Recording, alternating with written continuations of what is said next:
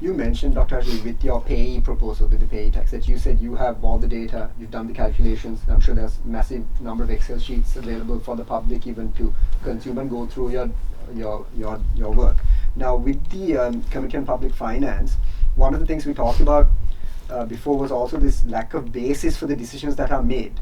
So I wonder if you're the chairman of the COPF, whether there is any scope for you to look at the cabinet decisions under the Gotabaya Rajapaksa regime. Now, the tax cuts, for instance. I mean, every single international financial institution was saying that we have to increase our tax revenue. But when the manifesto, when the Vistas of Prosperity manifesto came out, it was very clear. Tax cut, and I think the basis was something like the growth that's coming because of the tax cuts will then increase revenue, or there's some roundabout justification for it.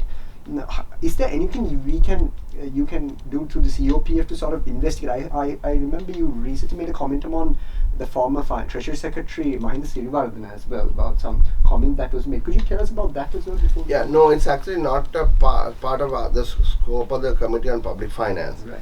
Committee on Public Finance is forward-looking, Right. Okay. and it is really the COPE or the COPA or a special parliamentary select committee that needs to look into it. Right. So a select committee has been appointed, Okay. but the opposition has boycotted it because it's headed by the secretary of the Porto party, and it consists of a bunch of those MPs, and it gives a platform for various people to come and say, look, there was nothing wrong. No economic crime was ever committed, and all the decisions were taken with absolute care and analysis and so on and so forth. So at some point in time, if you recall, even in Geneva last year, they brought in this issue about economic crimes. The people have been, certain people committed economic crimes in this country, and they are going around with escorts, Yeah. right? They have been looked after by the state, right? Where are these economic criminals? What have we done, right?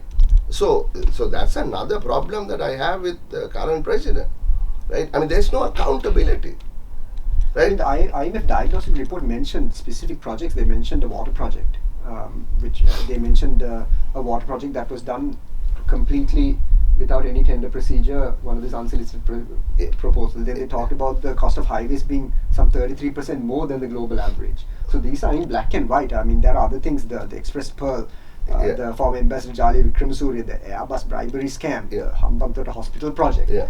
There are, it's an endless list, Doctor. So, will we ever see any people go to jail for these crimes? Because there are crimes and no criminals. Yeah, so that's the thing. there are crimes and no criminals. No body. Nobody. Body is missing. In a typical homicide case, right? But yes, so this is why people are angry, Kusum.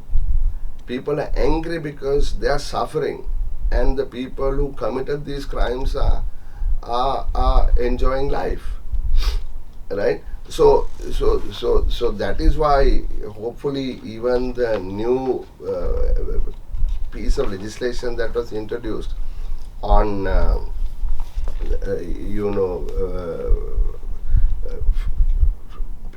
the legal structures available to prosecute these people we'll see light of day sooner than later, right? And it should be retrospective so that we can catch those criminals who committed these crimes.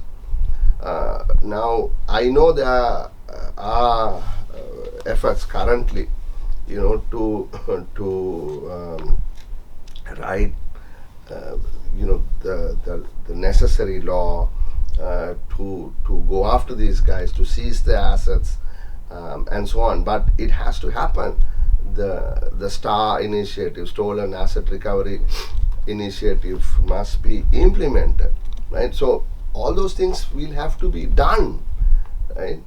And if you look at our blueprint, Kusum, the first thing that we say is to deal with this, right? Create transparency, accountability, because without it, nothing can happen, right?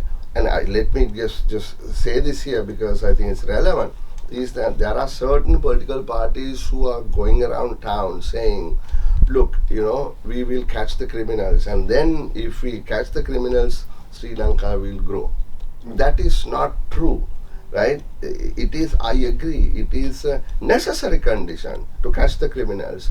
It is a necessary condition to prosecute them and bring them, to have accountability.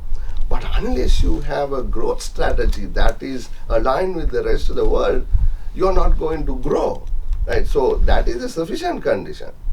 So necessary and sufficient conditions both will have to be in place for this country to get out of this hole and move forward.